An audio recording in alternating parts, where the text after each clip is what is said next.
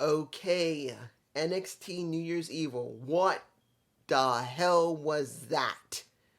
I don't know if that's the right title. I might just say, what is that? But I guess, what the hell is that is the best title for this damn thing. What in the hell was that?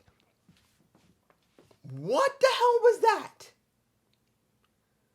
What in the hell was that? I have no clue what anyone is going to say. I don't know if just Alex is even going to see this. I don't know if JD, I think he will see this. He may have a similar reaction. What the hell was that? I can't even tell you if that was good or bad. I don't know what the hell that was. I'm like, seriously? You're going to that lengths to make yourself interested. Lengths that people called out bullshit during the situation, and I'll get to that in a minute, but I'm like, what? Let's open. Dijak versus Tony D'Angelo. And when it comes to, well, Stacks pretty much was outside what a match was going on. It wasn't a bad match. But then he gets handcuffed by Dijak. Eventually, Dijak is trying to take the head off of Tony, and pretty much Stacks is trying to protect him while he's got a long ass handcuff on him. And pretty much Tony is saying no. He kisses him on the head and he says, I'm taking this. And he gets laid out and Dijak is done. Now, mind you have Wesley at commentary. You know the reason I'm botching here is that it feels rushed. This feels rushed. It feels rushed for Dijak. It feels rushed for Tony D'Angelo. I would rather have seen them fight for a couple of episodes before February, before they actually have Vengeance. I think that would have been the best time. I believe that's what it's called, Vengeance. But honestly, why? Why did it have to be rushed the way this is? I would have liked to seen this as a fight. And then a couple of weeks building into it, and then into the match, which could have still ended the same way, going into the pay-per-view they're supposed to have. I just feel like it should have been built up, showing how important Tony D'Angelo sees Stacks. See that he's willing to do whatever it is for his family. And Stacks the same thing for Tony. I really think it should be built that way. But that's just me. And pretty much with Wes there, he did all right on commentary. I always known that Wes can talk. He can talk. When he was Desmond Xavier, the guy could talk. Now, second, what did we get from the Creeds versus Iron Shear? Nothing. We got something I know. I gotta fix this. I know a lot of people are saying, what the fuck? What the fuck? Really? Jinder Mahal appears because Tia couldn't be there. And pretty much Sunga said, he's not here. We can't wrestle. And pretty much Judas and Brutus are not in a good mood. Brutus is ready to rip someone's head off. And it is pretty much Jinder Mahal jumping into the ring, destroys, Sunga basically destroys Brutus. And you get the kvass for a Julius, which leads into a match. Which I will say this, and that's later in the night, not right after, was later in the night. Let me give it to you like this. Was it a good match? I've never said Jinder Mahal was a great wrestler. I never said he was bullshit. I've never said either one. If anyone has been around my channel for many, many, many, many years, you know when Jinder Mahal became SmackDown champ, the only reason I was glad it happened was because they finally decided to let a mid to lower tier talent get the main title picture and get the damn title. And hopefully, if they got talent and ability, they can do something with it. I didn't say that Jinder was great. I just wanted someone that was in a lower tier or mid tier to actually be somewhere. And I know everyone has hated it. Now, no one's brought me up on it and say, dude, your choice was crap, because they knew that I was never saying Jinder was great or not. It's never been the point. When it came to Vince, as you now know, he's back. he would never let lower tier talent even have a shot. He would just treat them like crap. That's the reason. So we see Jinder Mahal here. And guys, Jinder got cheered. When he first appeared, he got cheered. Of course, he didn't get cheered after that when he destroyed Julius because pretty much Songa had to help him cheat to win. But we got it. That's what we got. Now, Jinder Mahal is in NXT. Now, do I believe it's going to work or not? I don't know. I can't tell you yes or no. I can't tell you if Jinder's going to do great here or not, if he's going to help Songa, if he's going to help Tyr. I don't know if it's going to work when Tyr shows up. I don't know. I have no clue. I can't tell you if it's going to work. Only thing I know, he's there. He was on the main roster. And as much as not everyone is going to be happy about it, whatever knowledge he can pass on to those two, whether it'll help them or not, at least they're getting it from somebody who's Indian.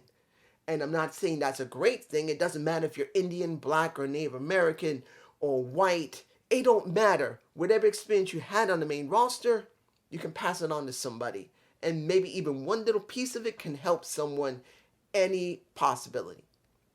I'm just saying that. But if I know JD, he's going to sell all that bullshit, that SmackDown piece of crap. He's going to go there. I don't care. It doesn't matter.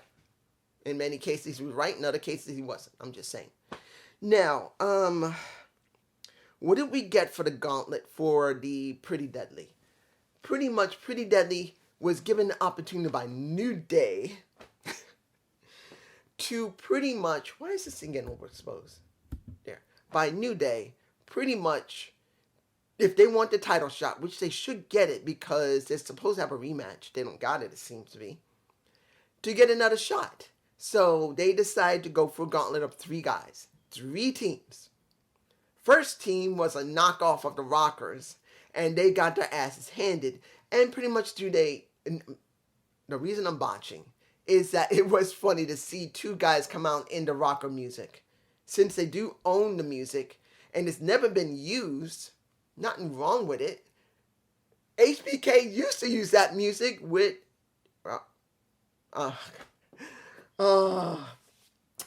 it's just good to see the music being used again. At least old music could be used again for other talent, even if it's brief. And New Day said, nope, we knew something like this was going to happen. So we got Blade and Ify, and Alfie. I believe his name is. I always mess up that guy's name. Alfie. I always mess his name up. But they were the first real legitimate tag team. They go in, they get their asses handed to them. Fine. But then when they're waiting for Biggs and Jensen, they get laid out by Gravis. I believe how they call it. Gravis? I believe they're called Gravis. Like Gallus. There you go, Gallus. I always remember Gallus with Dallas. Gallus destroys them, comes out, and whoops their ass. They whoop Pretty Deadly's ass. It don't matter. They whoop them, and now they're the one who has the number 1 contendership. But if I remember correctly, wasn't Pretty Deadly supposed to get a rematch clause? Aren't they supposed to get a rematch clause? As much as not everyone is fond of rematch clauses, aren't they supposed to get it? Now, mind you, it's understandable why they're not getting it because they don't really... They need more to their team. They're more to their character. They're pretty boys that need to show they can be damn tough, and they got to rise to adversity. And eventually, they will go back to New Day. That's what I think is happening here. Does it mean it's going to work? I don't know. Hopefully, the fans will like it. Now, let's see here.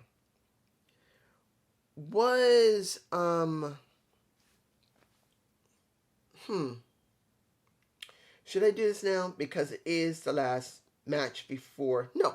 Let's do Dempsey versus Hank Walker. Was that match good? It was okay. Hank did decent work. There was no problem with it. And Charlie Dempsey, he is a very good wrestler with a good attitude. And the question for me, and this is a question I pose to you. When do you think William Regal's going to be seen? Now, there have been rumors that William has come back. He's in the back. Now, the question is going to be, will he stay? Now that Vince is back, as I've done in my Gump Report. If you haven't seen it, take a look at my Gump Report when I talk about Vince McMahon.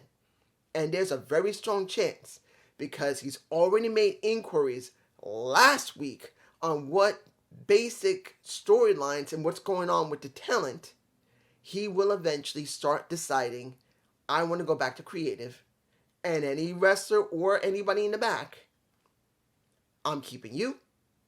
I'm throwing you into catering, and maybe I might use you, and everybody else, I'm going to get rid of you, or I'm going to bury you before I get rid of you.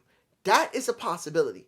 Now, William Regal was gotten rid of by Vince's team, so he just came back. There's no guarantee he's staying. No matter what his contract is, if Vince says, oh, William Regal's back, give him about 6 months and then get rid of his ass. That could happen. And he left AEW to go back to be with his son. And now he could get laid out. And I don't know what's going to happen with AEW, because maybe Tony will take him back, because they did leave on friendly terms. Tony Khan let him out of his contract, and there might have been a stipulation that he can't be seen in WWE. But that might be it. But if he's released, I don't know if Tony may take him back. He might.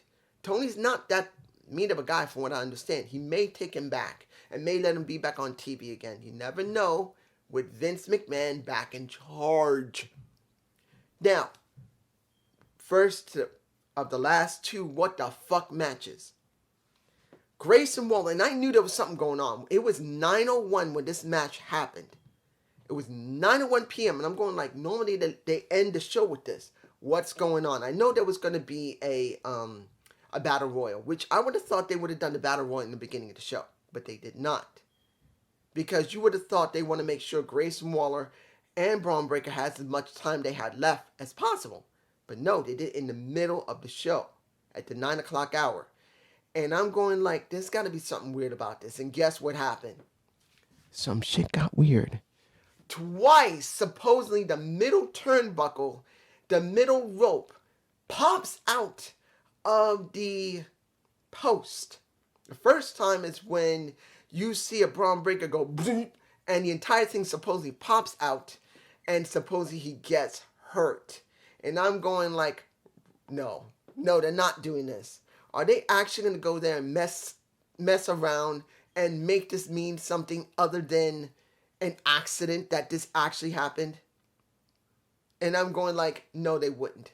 They wouldn't. They fixed it while the commercial was going on, and they were still fighting one another, but they fixed it, and then they continued the match. But then, nearing the end of it, when Grayson Waller was getting a little bit nailed, but he had already gotten the advantage, the rope popped out again. Grayson Waller tumbled out of the ring, and he's so stunned and holding his neck that when he grabs the rope that was from the middle rope and turnbuckle, he couldn't get back in, and pretty much Braun Breaker gets a count out win, where he's literally grabbing the rope, pulling it after it was over, looking to see what, just like this, like what the fuck. But if anyone doesn't know what that was, I'm sure you do know, just in case you, and let me give it to you like this.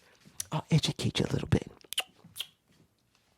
Now, for me, I first learned about these quick releases from Mythbusters. If you've never seen the original Mythbusters from the 2000s, the Elevator of Death will give you a prime example. So if you have a quick release, you can have an automatic, or you can pull it yourself manually. It's hooked in. There's a quick release, like a hook like this. And the moment you trigger it, it goes off instantly. The only thing you have to do is just reset it. You don't need any ropes or wires. You just need either a magnet or a switch, a solenoid switch. And there you go. That is what happened. It is like what happened with Big Show and Brock Lesnar, or Mark Henry and Big Show. Either one, don't matter.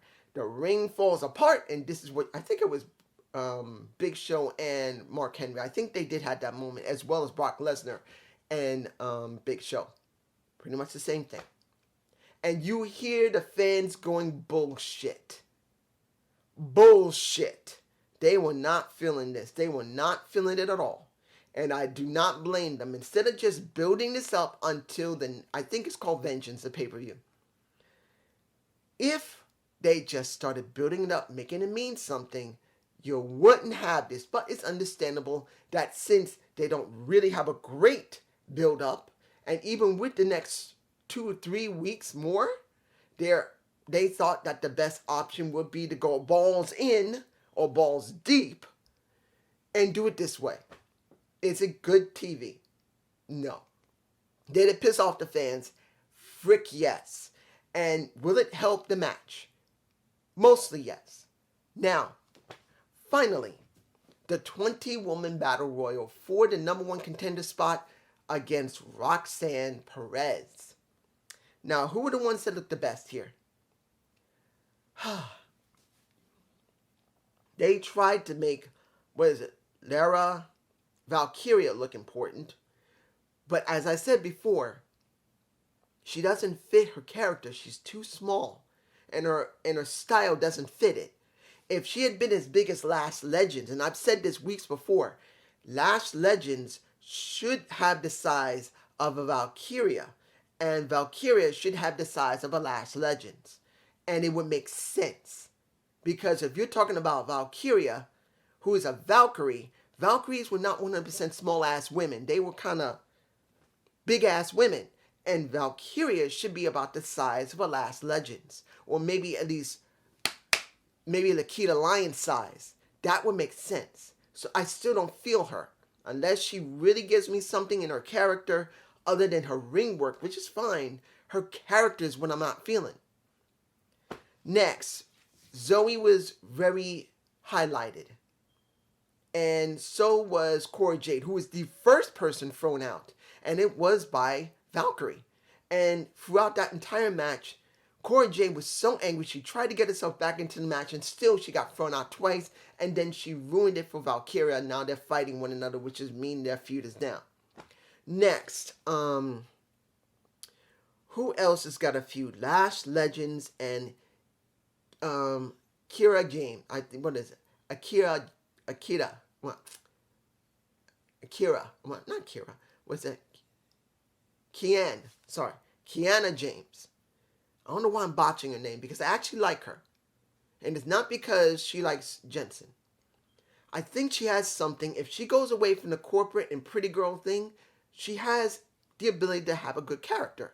So maybe because they're now putting her with Biggs, Jensen, and Fallon, maybe she will begin to change into something entirely different.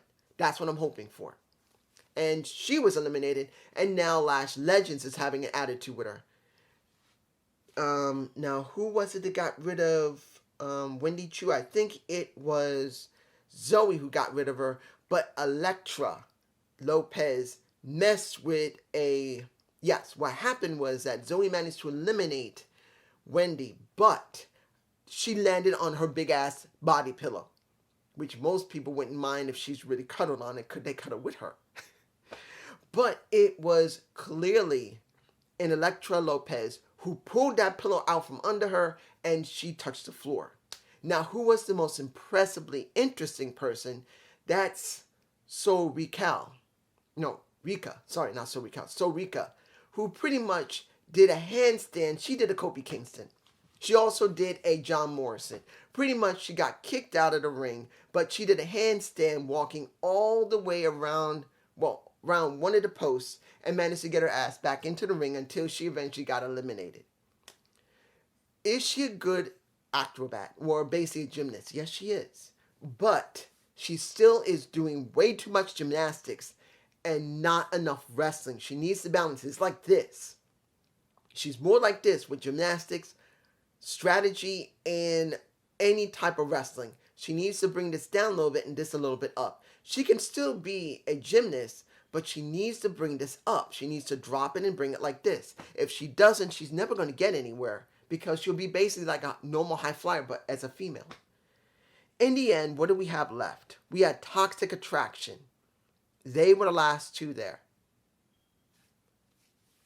Did I like the little bit between Gigi and CJ? Basically, they didn't want to fight one another, and CJ wanted to jump out of the ring, and Gigi's telling her, no, don't do that, and then they start fighting. She tried to trick her. In the end, they're both outside the ring on one of the ring posts, and they nailed each other, one with a fist, the other one with her head, and they both fell at the same time, and now it was a double out. So that means it is a triple threat for let's just say Perez now has a triple threat on her hands going into Vengeance. Was this a good show? It's a what the hell or what the moment for later. This was getting me. After that, you got HBK, you got the calm down. You got HBK, Braun Breaker, and Grayson Waller. After the match was over, the announcement was made. They're going to have a rematch, but in a steel cage at the next pay-per-view.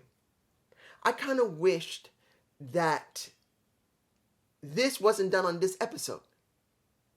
Honestly, you could have left this for another episode. You could have left this at the end of the show. Well, me personally, you could have just left it. They could have had fights. They could have had interference. They could have anything else, but doing it like this, to have an excuse to do a steel cage match, kind of feels like a cop-out. Because they could have done a steel cage if they kept fighting one another. You could have had Grayson Waller continue to fight with a Braun Breaker. And eventually HBK decided to give them a steel cage. You could have done the build-up into it. You could have gone like this, and then the steel cage would have been the payoff. But you do it like this, the fans call bullshit, and you can't blame them for calling it bullshit because it was bullshit. This is just how I feel. And this is my review of NXT New Year's Eve. I know I could talk about Tiffany Stratton, but I'm not going to because I don't know what she's going to do. I'm not saying anything. I'm leaving it. Because, yes, she's a good-looking woman who pretty much is now the new Mandy Rose of NXT. Now, the question is, will they bill her as Mandy Rose when she came into NXT? Not where she left. Tiffany is not Mandy Rose. The question now is, she's exactly like Mandy when she first started over a year and a half ago. This is exactly where Mandy started. The question is, how is she going to be booked to be more than what she looks like a Mandy Rhodes? I'm just saying. Peace.